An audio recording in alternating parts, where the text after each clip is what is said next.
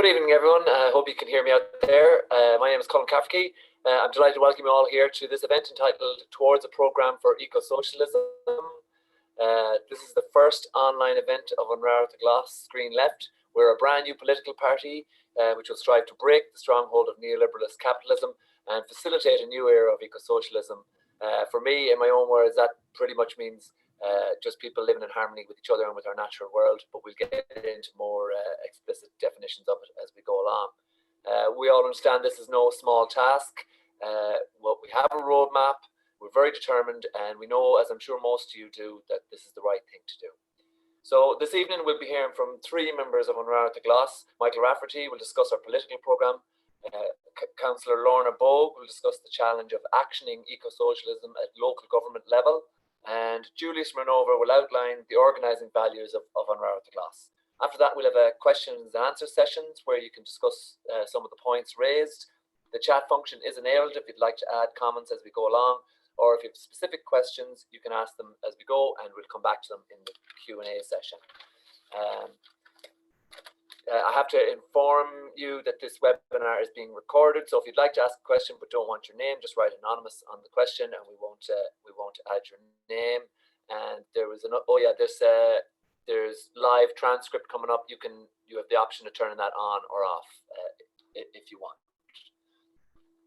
Okay, so I'll move over to our first speaker. Is Michael Rafferty. He's a researcher and he's a paid-up member of the proletariat. Michael has been instrumental in guiding our political programme, and I'm delighted he's here to discuss it with us this evening. So I suppose, Michael, I'll start by asking you, what do we mean when we say eco-socialism?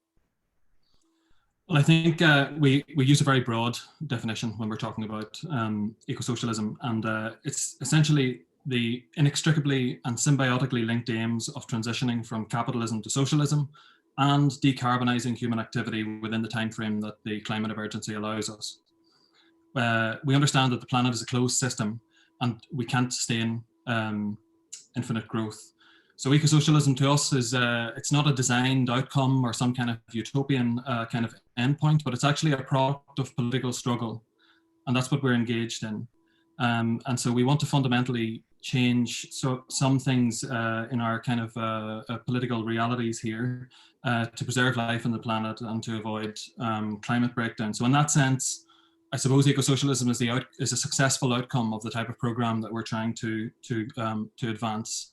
It's not really an alternative to where we are now, because it's not something that can, that's a kind of an option that we can kind of change things slightly towards or anything like this. But it is something that we can move towards from where we are now, which is in a very neoliberal system. And I think it also, in practical terms, means to us that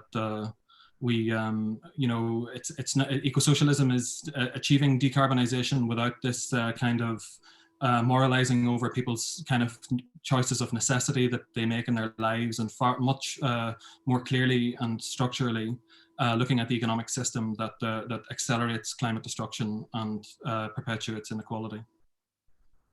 Okay, so when we're talking about a program, when we say we have a program for eco-socialism, does this mean that it's all mapped out and we just follow the instructions, or what does that mean? Well, I mean, it's called a program, but of course, this doesn't mean that it's a recipe, that it's kind of, A to B type flowchart to get from where we are now. It's an approach. It's an approach to the political system and economy that tries to recognize and explain the problems that exist to find ways to overcome them. And I suppose in our program, we start with kind of analyzing the political system and the economy of Ireland.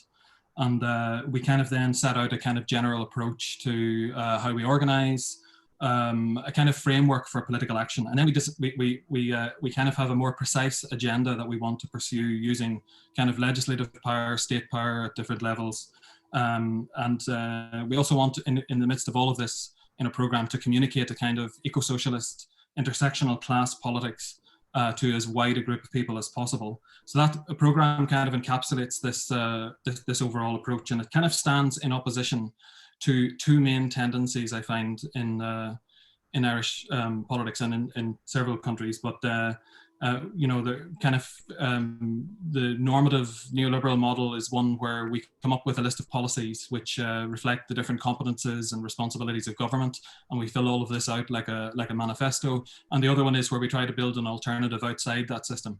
I think we avoid these two, we avoid the pitfalls of both of these two strategies by using this programmatic approach, which kind of draws together the different strands of what we're trying to do. So it's about opening up a new trajectory, actually. It's not about an end point of eco-socialism. It's about what a program is about putting into some kind of order and shape that's communicable and understandable, the things that we need to do to move from the kind of neoliberal present that we're in at the moment.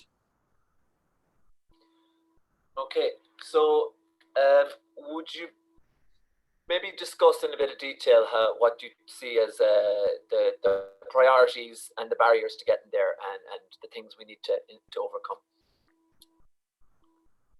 Yeah, well, I mean, the priorities. I'll go into the priorities later in the presentation, actually, because we've actually got this pretty well tabulated. We want to encapsulate actually the kind of proposals, the legislative proposals that we want to make.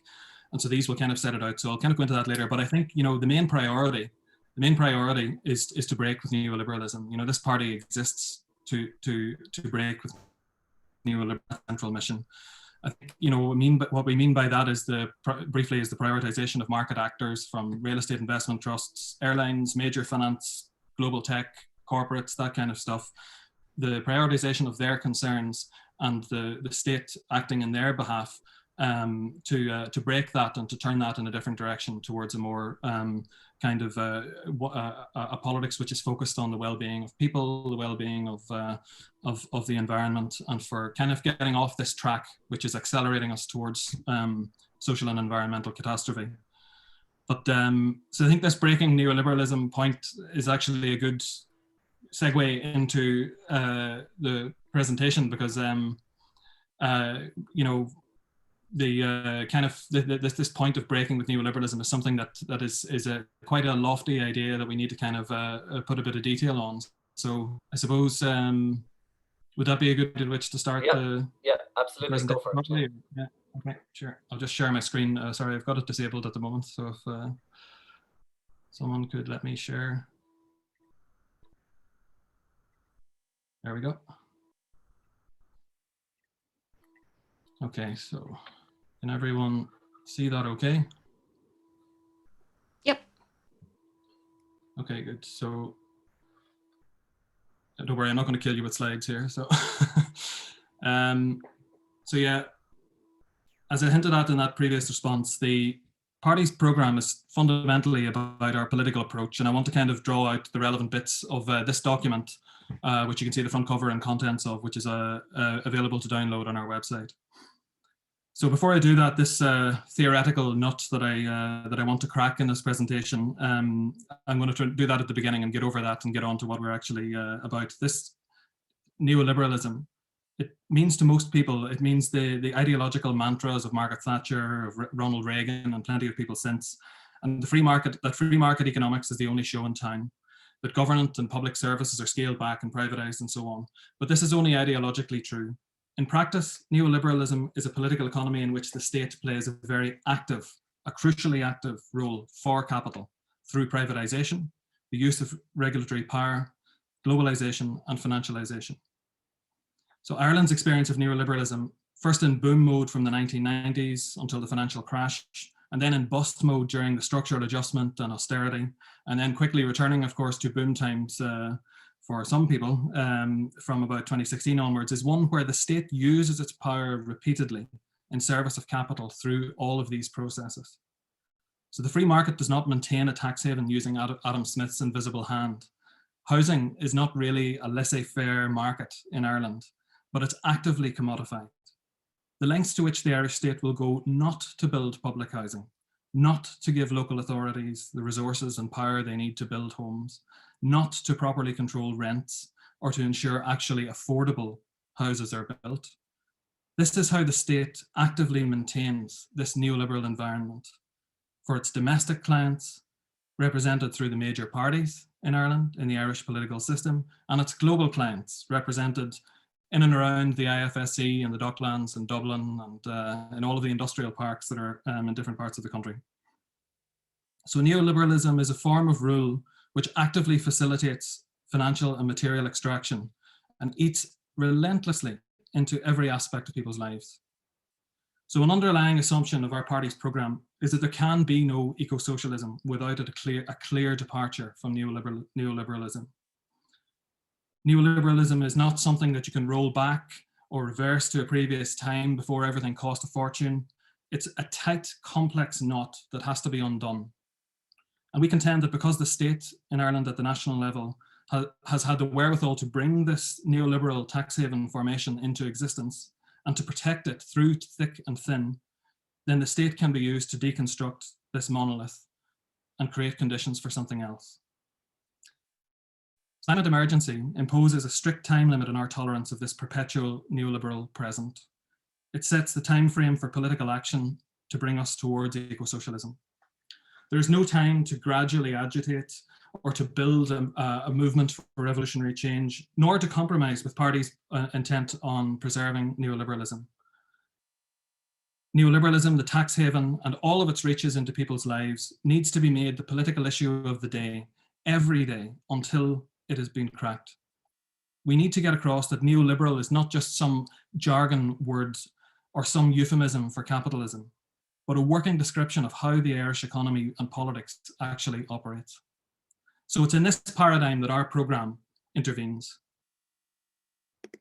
And it's where our analysis begins. In our document, we devote quite some time, quite a lot of space to an analysis of the aspects of the political system and social economic geography of Ireland, which are relevant to what we are trying to do. And our analysis of this political system does not take it as its starting point, where do we get our votes from, or how do we get enough TDs to support issue X or Y, but it tries to understand how the political establishment in Ireland sustains itself. We see that the political system actually comprises three aspects: the official architecture of local and national government, the partly transparent public-private regulating web of governance which surrounds this system, and thirdly, the relations that the power brokers in both of these fields have with various interest groups, platforms, lobbies, and clients, both domestically and internationally. Over time, the operators of our political system have steadily delegated control and outsourced their control over public affairs in exchange for larger slices of the economic spoils, from mobile communications to fiscal policy, from fossil fuel extraction to social care. So it might seem a basic thing, but it's important to underline that the analytical starting point of our theory of change, we are dealing not just with a parliamentary political culture dominated by certain parties, representing certain interests, but a complex web of interests held together by a system of governance. And governance, that's the very neoliberal notion of how a country runs itself through hollowing out public services, the public sphere, and handing more and more control always out of the economy and control over people's lives out to profit-oriented interests.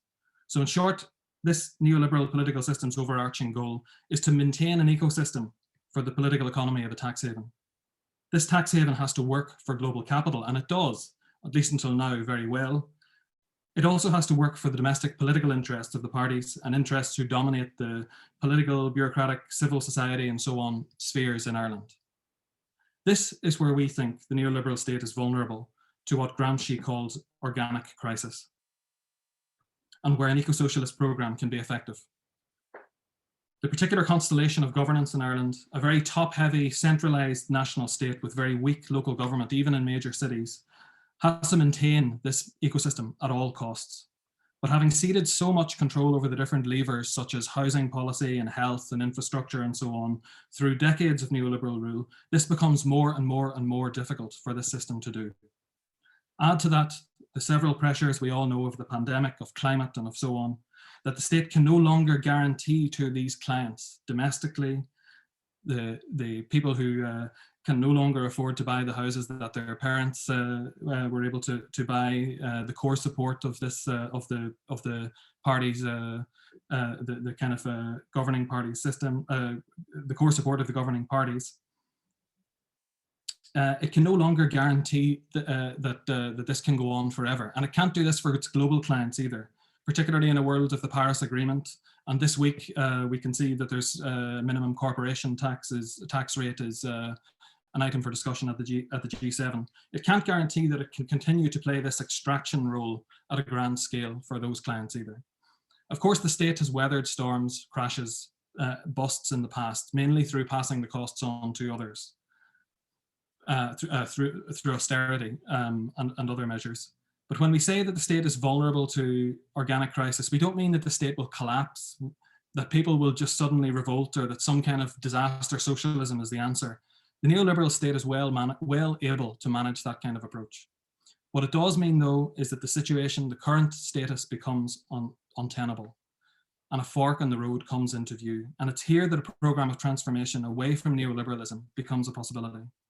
This is how Podemos cut through in Spain, from a marginal position in local government to hauling the post-Franco state in Spain to the left, and where the Democratic Socialists of America have most recently managed to generate expectations among people in the States towards a transformative agenda. Indeed, internationally, eco-socialism is making an emergence. And we will seek to work with like-minded organizations on an internationalist basis, recognizing both issues of climate justice for the global south and Ireland's current role in imperialist extraction as a tax haven. So two other aspects of our analysis refer to processes going on in wider society in Ireland under these conditions, and these are urbanisation and the alienation of a growing working class. I won't go into huge detail here, but the main point is that the things we've talked about so far, the types of growth and structural inequality in the economy, has created shifts in how and where people live. That more and more people can't afford to live where they grew up. And despite having a very high skill level and productivity level in the Irish labour force, the extent to which wages and disposable income have declined in real terms is palpable. More and more of people's income is tied up in different types of rents, leases, mortgages, credit, expensive services like insurance and internet services. This brings more and more people into precarity and reduces the control they have over their lives. In our estimation, this makes more people in more geographical settings open to a politics which aims at addressing this precarity. It makes class politics relevant even in a country where class is still taboo. In other words, the working class contains many, many more people in many, many different places, many of whom wouldn't currently describe themselves as such. But the point is that we can relate our politics to the pressures they experience in their lives in a way that we could not even a few years ago. So that brings us to our approach, point 3. So based on this analysis, we seek to offer a demonstratively new prospectus. We are not offering green capitalism like the Green Party, nor green socialism like some parties on the left, but eco-socialism. So eco-socialism, as I said earlier, it symbiotically and inextricably unites the twin objectives of decarbonizing human activity and transitioning from a capitalist society to a socialist one. While individual definitions for this might vary, perhaps the most important role of the party is to establish the frame for developing eco-socialism in Ireland within the time frame allowed by the climate emergency. So based on this analysis, we think that we cannot do this within the rubric of other parties of or as part of the political system. We need to develop the vision of eco-socialism and to move towards it in a spirit of cooperation with like-minded people in other organizations. But we also want to achieve things organizationally. We want to demonstrate how state power can be leveraged for eco-socialist ends, and we want to be elected to carry this out. We think that while we cannot legislate our way to eco-socialism, what we can do is legislate to bring the period of neoliberal rule to a close. In so doing, our programme has an important aim to make people conscious of the conditions in which they live their lives. We think that instead of getting lost in the weeds of debates about the quantitative definition of affordable housing or whether the local property tax should be scrapped, we need to state that housing is something that doesn't belong in a speculative market. Housing is a public good that people need to live their lives, not a conduit for siphoning off their income or flipping for profit for some others. We need to state that the tweaks to local government that are occasionally made won't make planning decisions subject to more local accountability, or more importantly, give towns and cities the resources they need to grapple with the problems of this very neoliberal urbanization that they're currently dealing with. We need to state that decarbonisation won't be achieved through measures that target the poorest consumers, but through state intervention aimed at making the economy sustainable, sustainably provide what people need, and not what capital needs. So making the transition to a post-carbon world into an opportunity for transformation that would benefit millions of people in this island and across the world, and not making an opportunity for making millions for Elon Musk and others. So we think that a lot of progress has been made in energizing people in recent years for equality in marriage, for reproductive rights, against austerity, and in raising issues like institutional racism and sexism across society. And the parties of the left in Ireland, and broadly on the kind of progressive spectrum organisations around it, have played no small part in generating the type of broad engagement we saw with Fridays for Future, with Black Lives Matter, and with demonstrations for Palestinian lives.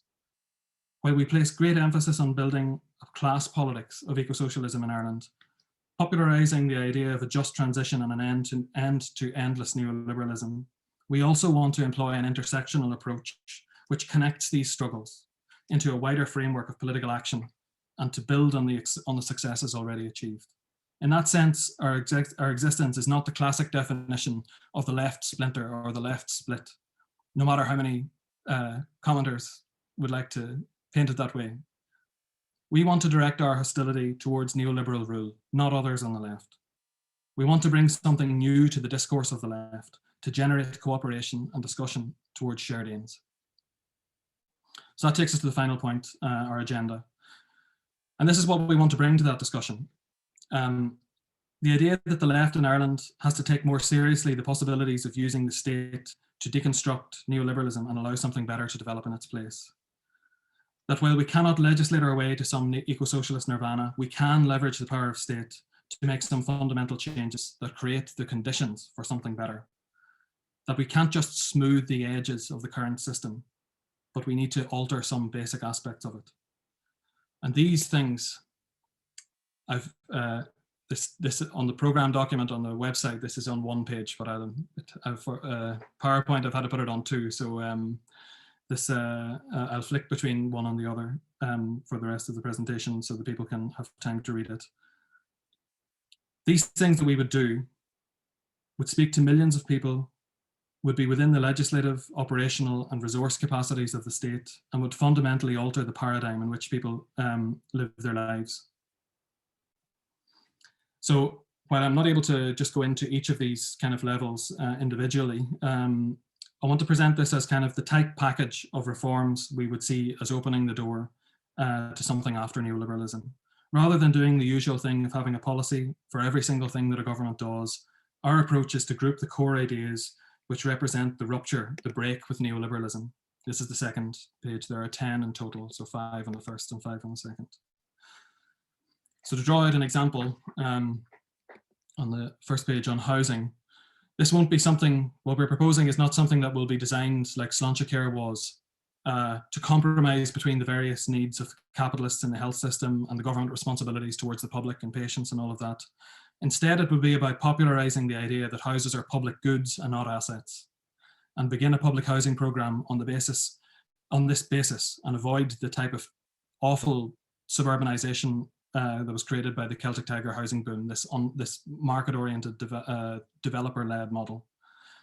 We want to make this demand that the governing parties, plagued by their organic crises, cannot ignore. We make this these collection of demands the kernel, and we talk about it. We talk about it and try to develop it and improve it with the insights of people in campaign groups and trade unions and adjacent parties and so on. And this type of approach cuts across all of these areas of public policy. So this gives an example of the type of thing that we want to do. So if you want to have a bit more detail on this, I would say look at the table in this in the document, and maybe we can discuss some points in more detail in the question and answers as well. But the choice in these matters is increasingly eco-socialism or barbarism. And I think we can articulate these proposals in these terms. So lastly, 2 short points. Our common enemy here is not only neoliberal rule, but time. And that's why this legislative programme has this sense of urgency about it. If we don't decarbonise, we walk into catastrophe at the global scale.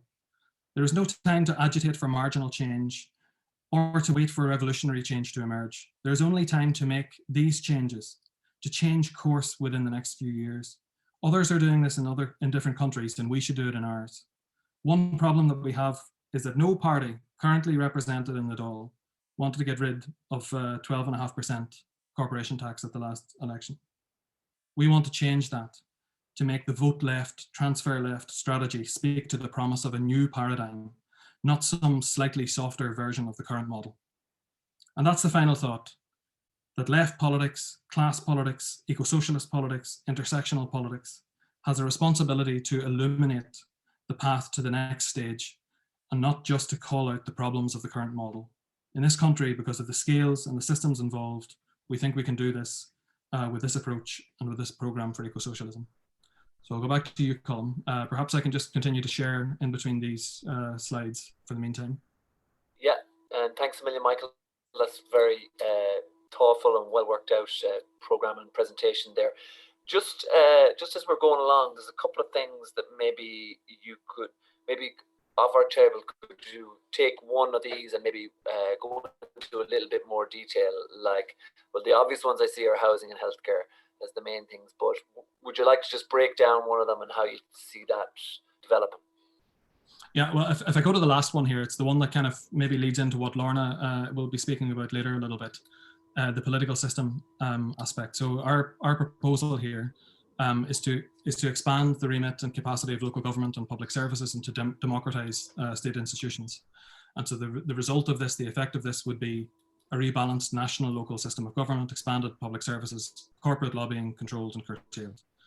That's kind of in a nutshell. But what we're really talking about here is a rebalancing of what, like Ireland, the Irish political system is, I think, the most, there's a report from the OECD that says that it's the most centralised national system, apart from maybe the microstates, that counts among its membership. And so this is kind of something that we take, that a lot of parties and a lot of activists, a lot of people involved in politics, that they take for granted, that we just have this national system that, you know, and this national system that can dominate and can step into cities and do what it wants, like in the Docklands in Dublin. And this, on the other hand, this local government that's very weak and has to argue about how it continues funding itself and all of this. We want to alter that kind of paradigm. We need to hand some of these responsibilities out to local government and to give them the funding to achieve them. So I think, like, you know, within this kind of rebalancing of this national local scale, a lot of these different policy areas actually are affected by that. Housing's one, transport's another, especially local transport. So that's kind of one. I would say the other one that might be worth going into, I've talked a bit about the kind of economy, so I've kind of talked enough about political economy. Maybe if we go to something like transport, it might be a bit more practical for people. You know, at the moment, you know, Ireland is kind of, you know, we've got a government that wants to, for example, privatise the intercity routes on Bus Éireann, and that's just, you know, that's just going in the same neoliberal direction as a previous government. So what is already within the state is still being kind of privatised. So we want to kind of completely stop that and to replace then kind of, when it comes to the ferry service that serve Ireland and which have been, you know, of huge importance in the response and outcomes of the Brexit process. You know, these are things that are also still driven by the market, actually, and these are things which government kind of stands back from in a sense and doesn't intervene in. But having ferry services that actually work to replace air travel is a key aspect of decarbonising the economy. And the other major one that affects more people than that even is the reversal of the primacy of car use. So if we are talking about building houses, that we shouldn't build them in this suburbanized kind of form that has been proliferated during the Celtic Tiger, that we should use urban planning and regional planning to create places that people don't need cars in and build houses and communities that are kind of reflective of that wish. So I think those. I mean, I could go into some others, but perhaps that gives a kind of taste of how we kind of see these kind of the 10 areas that are on this page here, of these 2 pages, the proposal and what we're trying to do with it. Maybe some will come out in the discussion later as well. And the big challenge is, I suppose, communicating these ideas and selling them in a way that people begin to demand them. Throughout the program, there's a bit of reference of talking about communicating eco-socialist politics through the language of the commons. Could you explain a bit what you mean by the language of the commons? Yeah, I think this is something which, again, is part of our kind of accepted neoliberal, the way that neoliberalism sort of comes in our lives in a very strong and sometimes not very noticeable way. But I don't think people can fail to notice how much it costs for them to insure their car and to get all the services that they need to provide services and utilities to their home, to transport other transport needs and all of this kind of thing. That's because a lot of these things are areas of life in Ireland which the government has always shied away from and allowed the market to deliver. So that means that people's needs, people's basic needs for life, are a profit-making opportunity before they are a provision of services. And through using the language of the commons we understand to be, you know, kind of, well, firstly, the major aspect of the commons is, of course, kind of the environment, but also thinking in terms of collective ownership of things like internet services, of collective ways of replacing this kind of insurance model that a lot of people have to grapple with. So it's kind of thinking about ways, communicating that this way that you have to do, where you pay a huge proportion of your salary, not just your wage or whatever you get, not just in rent, but in all of these other things which a market provides. Waste services is another one.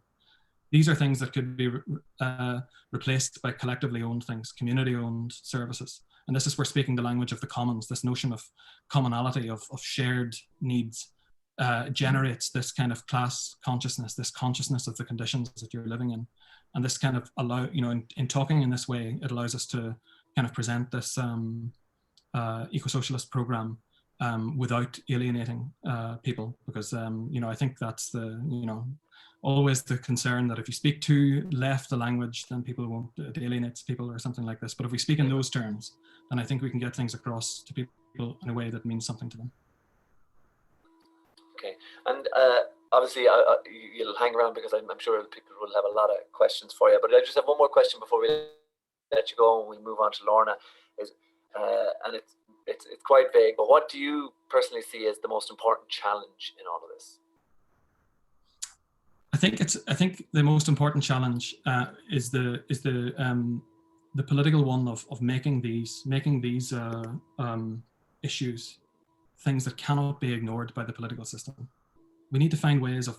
I've already in the policy group of the party, we've already managed to encapsulate this change into a short table, into one page. But the main challenge is popularizing these ideas, and that means popularizing them among the population. But it also means being smart about it and using, showing how you would do this in government, speaking to civil servants about it, speaking to other parties about it that might have adjacent kind of policies, making this a list of demands that doesn't go away. That's the main challenge, I would say. Okay, well, thanks a million, Michael Rafferty. That was very insightful and informative. So I'm now going to go over to Lorna Bogue, if she's ready. She is. Lorna is an economist and a member of Cork City Council since 2019, and she has been one of the major driving forces behind the setting up of arg-gl. And she's going to discuss now with us the challenges of actioning eco-socialism at local government level. So welcome, Lorna. So Lorna, we've just heard Michael outline a really ambitious political programme. How would you like to see this manifest at a local government level? Yeah, that's I actually have a slideshow. I am going to kill people with slides because I needed to actually structure my thoughts. So I will do that. And I see there's really good questions in the Q&A as well. So we will get to those at the end. Don't worry. And I think I'll actually answer one of them possibly while I'm doing this. Okay, so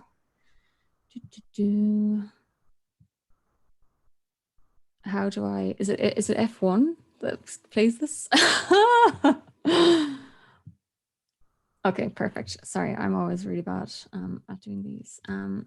Okay, cool. Right, so this is the first slide. So I'm just going to give a potted history of local government in the Republic. I speak about that just because that's what I know and that's where I sit in local government. So I didn't feel comfortable kind of discussing a system that I wouldn't be as aware of. So that's literally the only reason. So I'll give a first, like a little potted history of where we are. So local government in the Republic actually predates the Oireachtas and indeed the state itself, and it existed for quite some time before that. So I suppose one of the very first kind of important things in terms of like my day-to-day job was that the first Free State government after the Civil War passed legislation that gave central government the power to dissolve local authorities if deemed not to be efficient. And Dr. A. Quinlivan from UCC has a very, very interesting book about it, Dissolved, which is about the dissolution of Cork City Council, which is one of the first councils that got to be dissolved. I was actually briefly thinking of naming this slide, you know, sorry from Cork, because as you'll tell, there's a bit of a theme emerges here around Cork being central to issues that we have in local government. So yeah, essentially, Cork City Council was dissolved due to it being an anti-treaty local authority. As a result of that, there was introduced what would now be known as the chief executive of the council, but basically a commissioner was put in place in Cork City Council, and they ran it totally as an executive function. So as in, like, they were an unelected person and they ran Cork City Council. After a while, people in Cork said, well, we want to have our elected representatives again, particularly because the Lord Mayor was going around continuing to say that he was the Lord Mayor of Cork.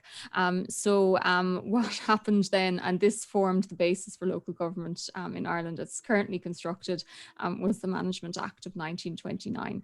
So the commissioner was then turned into the chief executive, and the chief executive is the person who is unelected and does a lot of the functions of the council in a way that is not particularly accountable.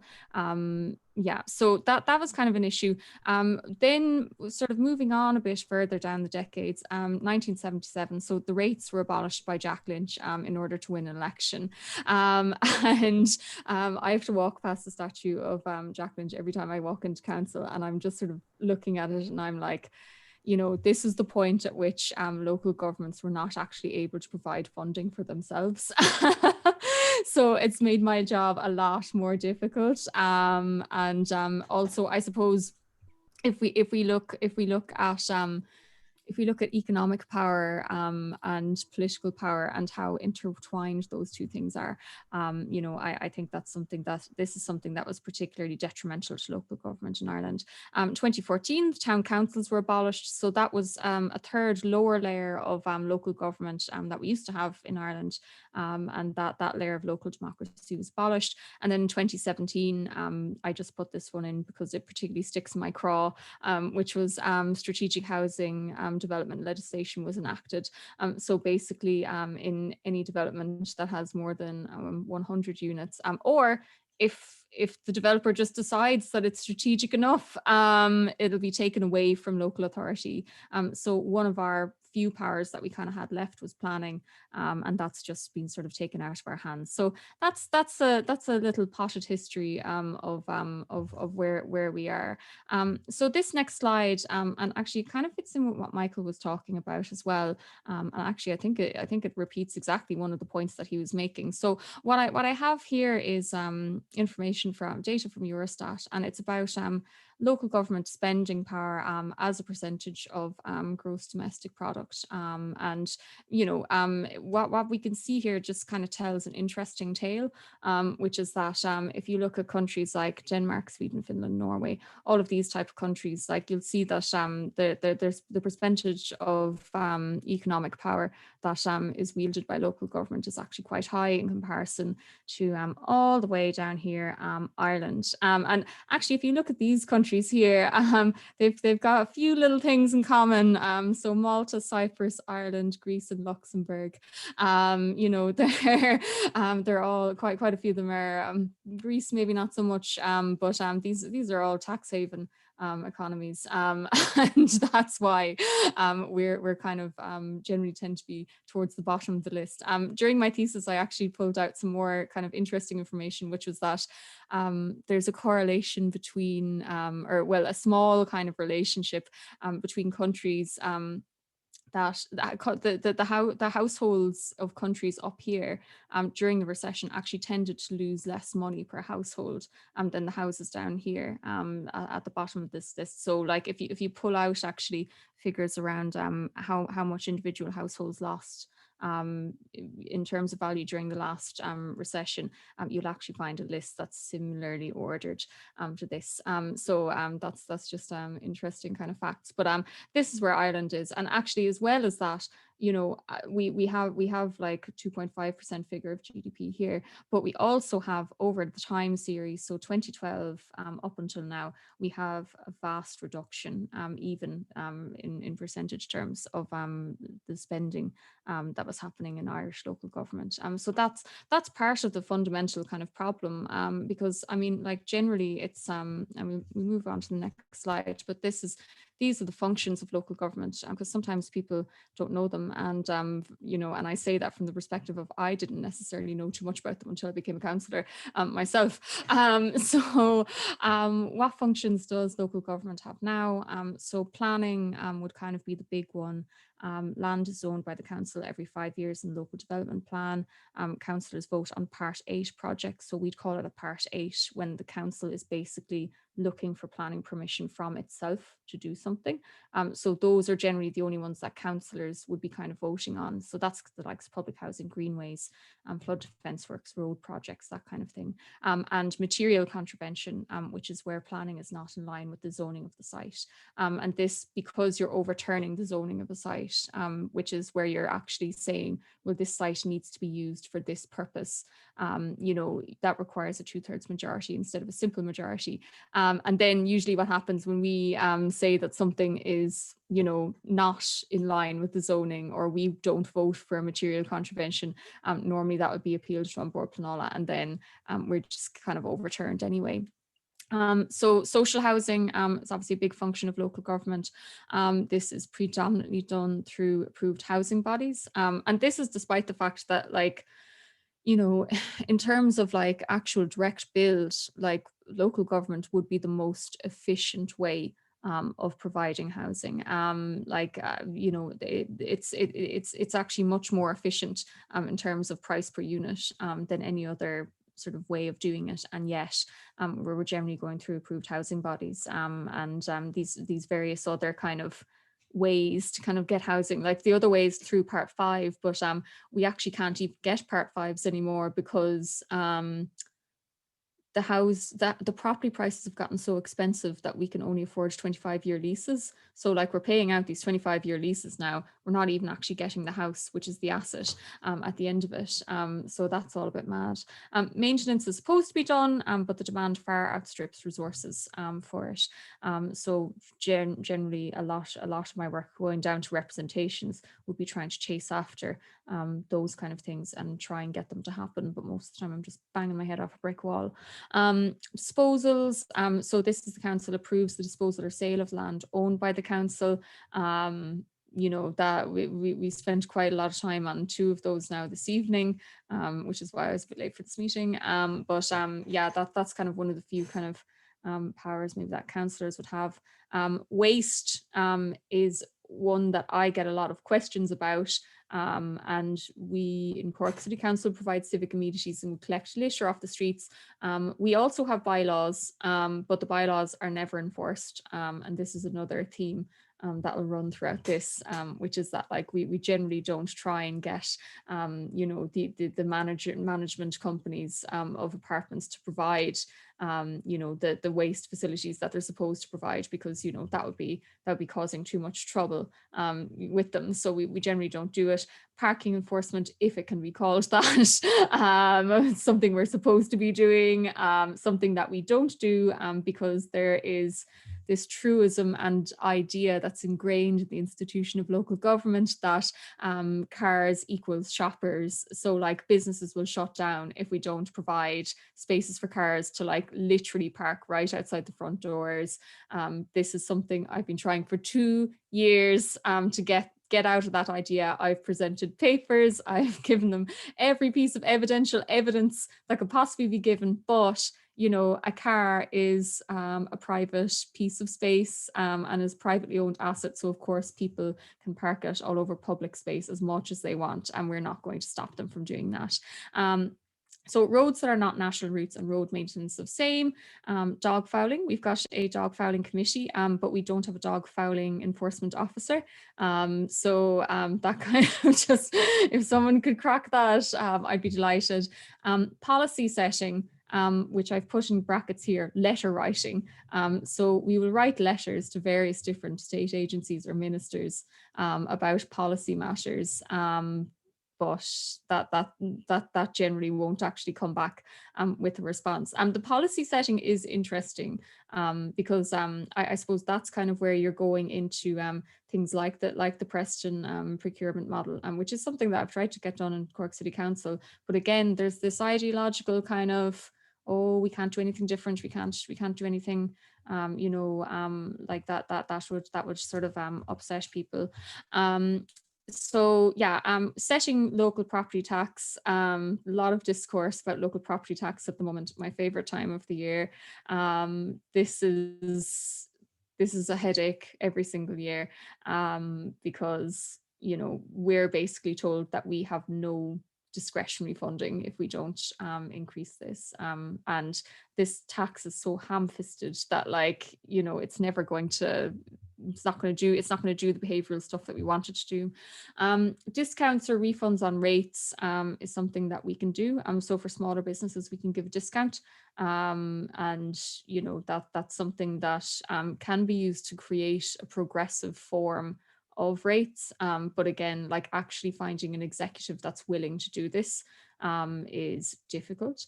Development contributions, which is something we actually reduced these last year, and then what we did is that there's an exemption on it for build to rents, and what happened in our constituency is that a beautiful old building, which was like a heritage building, and the sextant was demolished to build to rent housing.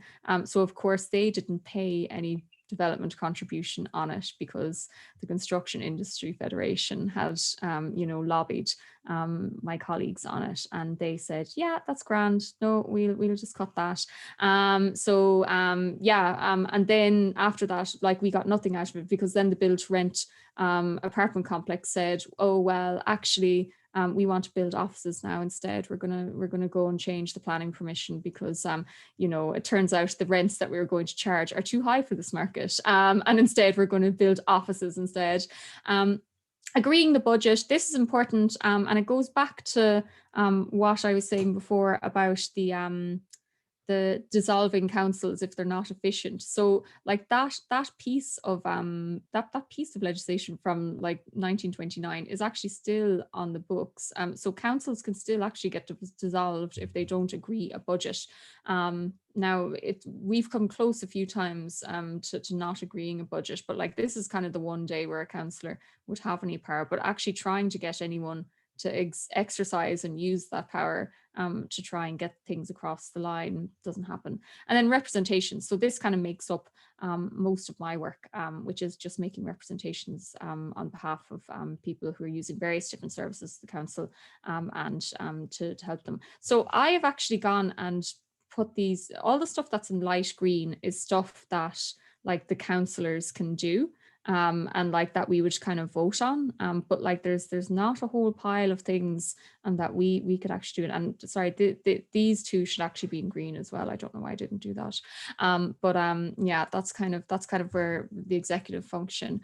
So I have some examples here of things that are executive functions and make councillors extremely annoyed indeed. So we have dereliction. We have councils collected less than 1% of vacant site levies. We have public toilets and we have public space. So the executives of councils will just go and do whatever they want about this stuff. And it doesn't matter as a councillor how much you scream and yell or try and get them to go and do what they're supposed to be doing.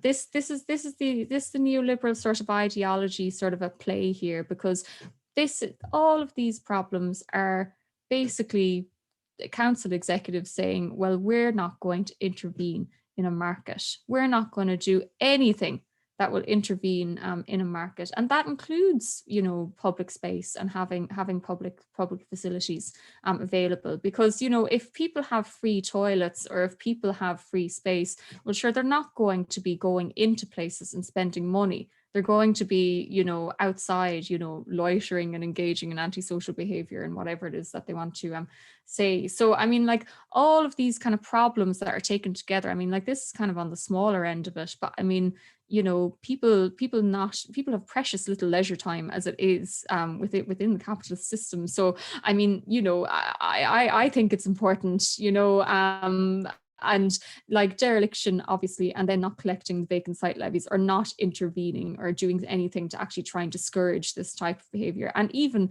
giving tax breaks where there's no need whatsoever to give tax breaks is something that's par for the course. And you know, a lot of it is the executive, some of it is the councillors, you know, some of it is like the political parties that they just have that kind of ideology that's embedded in them, and yet they don't even think it's ideology. It's just common sense to them. They think it's common sense, and even when I'm sitting there with my economics degree being like, this doesn't make sense, they still won't believe me.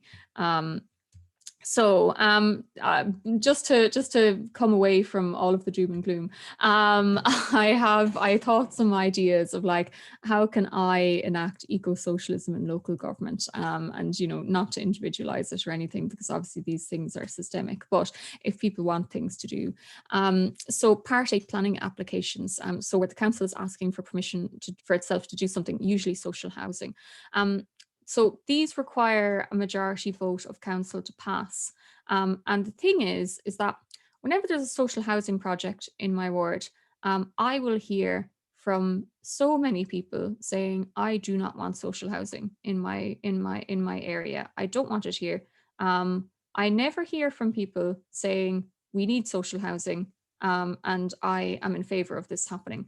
And I would really like, actually, if councillors did hear more of that, because the recriminations happen afterwards. So like when social housing is voted down, you know, I've never voted against social housing, but like when it is voted down, the recriminations start then, and it's kind of like, well, why didn't you do it? But like, you know, like the councillors kind of, they just get told, you know, absolutely not, you'll never get a vote here again. There's housing estates I'm not allowed to go into anymore because there's social housing in there now. That's something that would be good. Like anyone can participate in the planning process, particularly if it's social housing that's happening locally in your area. You know, I think it would be really, this is number one. I think this would be particularly helpful. The second one's the TAP, which is the Traveller Accommodation Plan. So this also has to be voted through the council, and this is usually done in year 1 of the council cycle. So, you know, after the next local elections, another TAP will come up. Again, like, these are open to submissions. And those submissions are usually broken down on a, you know, well, pretty, you know, not great basis. Always good to make submissions to these as well, and say particularly that you're in favour of providing culturally appropriate housing and accommodation, because councils are still engaging this neoliberal idea of assimilating the travelling community in particular. You know, especially if you can ask for things like course projects as well, that's always good, because people are generally against those. Local development plan is done in years 2 or 3 of the council. So it is a written statement and series of maps that describe how to use land. So it's land use, and it sets out development objectives for the area. Your submission to this plan can include language around eco-socialism. There is just transition language in the Cork City development plan. We're working on that at the moment, and that is my colleague Councillor Oliver Moran in particular, did really good work on that. Even including language like that can be really helpful, and they do read through the submissions, so it's useful. Number 4, join an activist group and take direct action. You know, I haven't said join a political party because I think it's up to people themselves whether to do that. But like, in terms of, you know, local issues, what I have usually found is like activist groups, you know, like in Cork, we've Save Cork City, we have, you know, the Bride Otters group, like, these groups are really great, particularly like a lot of them would go all the way to taking judicial reviews and things like that as well. So like, in terms of actually doing things that delay or prevent bad things from happening, you know, activist groups are great, and I would definitely recommend doing that.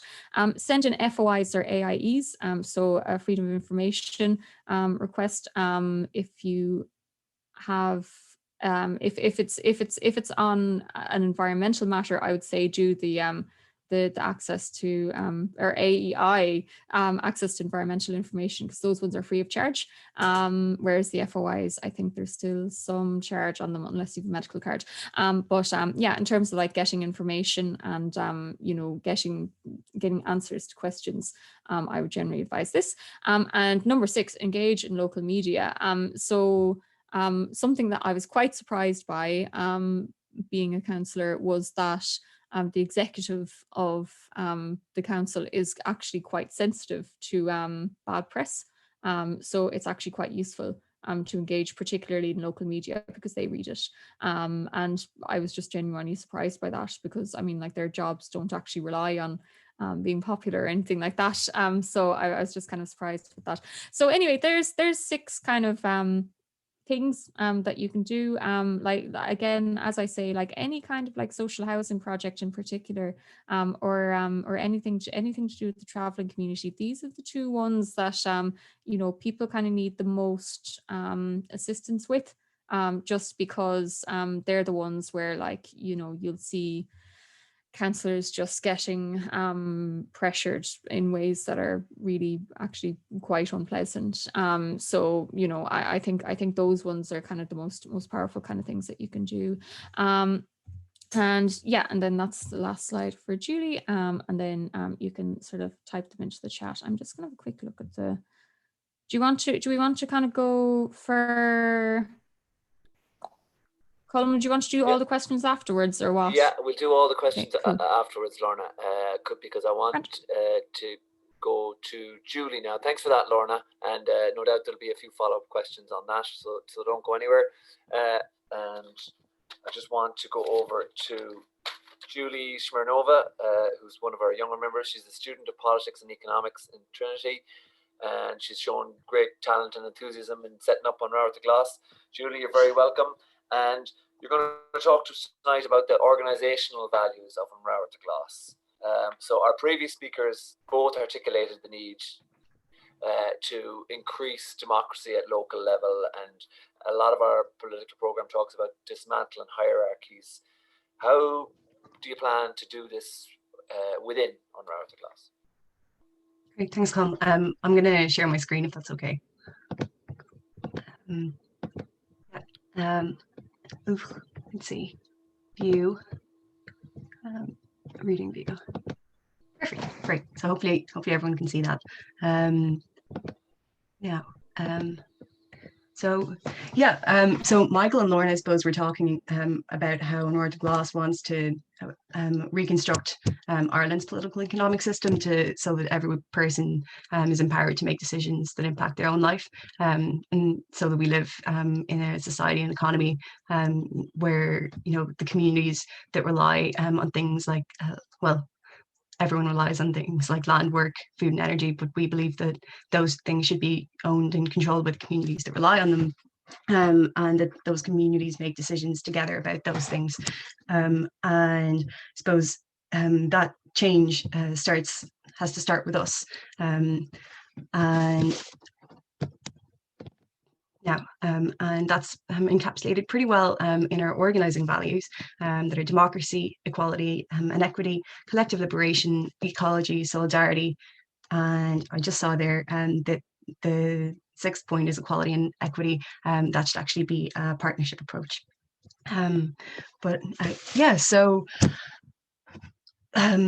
The main thing that's kind of different about the way that we organise and the way that we work together is that non-hierarchical approach that Colin mentioned. I think Lorna did a great interview today this morning with Pat Kenny, and they spoke about about party leaders and that kind of that idea of a hierarchy and a leader that makes decisions on behalf of the group is just it's so ingrained in in the way we as a society work together. So of course, like say on arg-gl will be electing a party leader in a couple of months' time, but that individual will serve as a figurehead rather than an executive decision maker, because within the organisation we all make those decisions together through a process of dialogue, and through a process of dialogue, we kind of come to understand where everyone's coming from and what everyone's preferences are, and we try to come to a middle ground and reconcile everyone's ideas and concerns into decision. So that's and those decisions are made on a structural level, then subcommittees and branches, and our monthly plenary meetings, and I suppose our hope is that if our members kind of grow accustomed to working in that kind of way within our organisation, that they can then carry that experience into their workplaces and into their local authorities, and if they ever get elected, they can carry that into national government, and that kind of brings us into this idea of co-ownership of the political of the project. So if everyone's involved in decision making, then everyone feels like they own the project and the things that come out of it. And if you feel like you own something and you have a direct say in it, you're gonna stick around and do the work. The biggest part of that is setting up those structures, like the subcommittees and the branches, and rules to govern those structures, and creating like this kind of like a culture of cooperation and active listening. I know, like we all hear like, oh, you should really like listen to the people around you, and and take their concerns on board. But it actually is that's actually so important to the way we work, because you can't make decisions together unless everyone is actually committed to sitting down and listening to the person in front of them and trying to figure out where it is that they're coming from. And we're not used to working that way, so we're trying to create a space where people can where people can, and it's not and it's nothing new. I suppose we've been working that way for centuries. It's only in the last few decades that we've lost that. And when we say that every person should be empowered to make decisions, that every person should be empowered to make decisions together, we also need to emphasize that those decisions need to be justice centered. So that's where that idea of equality and equity and collective liberation and solidarity comes in, because we need to make decisions that I suppose work for everyone. So you get into these ideas of like intersectional justice. So Lorna had mentioned, like focusing on traveller human rights in her work, and we need to prioritize things like disability justice, and making sure that we're really anti-racist in how we make decisions and how we prioritize the work that we do. And as well as intersectional justice, you come into global justice and international solidarity, because like the neoliberal systems that Michael outlined at the start, we're kind of looking at them in the Irish context, but we need to remember that neoliberalism isn't an Irish phenomenon. It's a global it's a global economic system, where where countries that have been historically exploited through a process of colonialization are still being exploited through a process of global capital, and that we need to so we need to be really conscious of that, and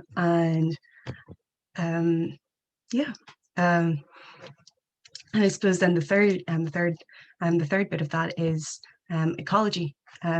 So we're an eco-socialist party, and we believe that people and nature are one and the same, and that's something that's been lost through that process of neoliberalism, where the things that we rely on are commodified, and we've come to understand their value in monetary terms, and how much profit we can extract from them. So Michael was discussing like housing, and the need to like a right to a home, and the same thing then can be said about our lands and our seas. They have inherent value, and that they always have, and I suppose we need to come back to that way of thinking, and into value the I suppose the world, the world that we live in, for itself, rather than for the things that we can take from it, and that. So yeah, so hopefully that answers that answered that question, Colin. It was a bit rambly. No, that's great, Julie. That's great. So I've just gone a few minutes over time, and I think that just about wraps things up. I want to say a big thanks to all the speakers tonight who've articulated our position and how we aim to operate. And I want to say a special thanks to everyone who attended tonight and engaged in such a way. It really added to the whole conversation.